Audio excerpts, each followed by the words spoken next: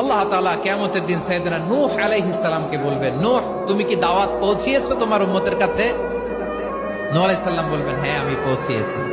এবার নূহের উম্মতকে আল্লাহ জিজ্ঞেস করবেন, এ নূহের উম্মতেরা, তোমাদের নবী নূহ কি দাওয়াত পৌঁছিয়েছে? নূহের উম্মত বলবে, না আল্লাহ, আমাদের কাছে কোনো সতর্ককারী আসে নাই, কোনো নবী টবি আসে নাই, কোনো দাওয়াতও আমরা পাই নাই, আপনারাও চিনি নাই, জান্নাতও চিনি নাই, জাহান্নামও চিনি নাই।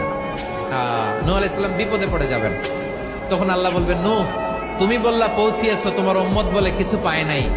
নূহ তোমার কি কোনো সাক্ষী আছে? তোমার কথা আর তোমার উম্মতের কথা তো মিলে না। তুমি বললা তুমি আমার নির্দেশনা দাওয়াত পৌঁছে দিয়েছো, কিন্তু তোমার উম্মত বলে পায় নাই। নূহ তোমার পক্ষে কোনো সাক্ষী আছে? নূহ আলাইহিস সালাম বলবেন, আছে। কে? উম্মতে মুহাম্মাদ। তখন আমরা বলবো, আল্লাহ, আল্লাহর নবী নূহ আলাইহিস সালাম তিনি আপনি যা যা বলেছেন ঠিক তা তা তার উম্মতের কাছে পৌঁছে দিয়েছে।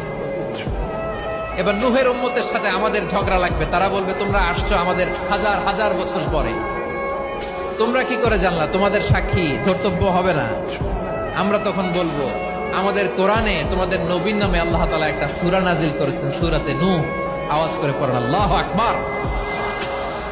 আমরা বলবো, আমাদের কোরআনে তোমাদের নবীর কথা আল্লাহ আমাদেরকে জানিয়েছেন, দিন রাত এক করে তোমাদের কাছে তিনি দাওয়াত পৌঁছেছেন। তোমরা কানের মধ্যে হাত দিয়ে রাখতা, চেহারাটা কাপড় দিয়ে ঢেকে রাখতা, আল্লাহর নবী নূহকে পিটিয়ে ছালা দিয়ে পেঁচিয়ে তোমরা পাহাড়ে তুলে রেখে আসতা, সব আমরা জানি।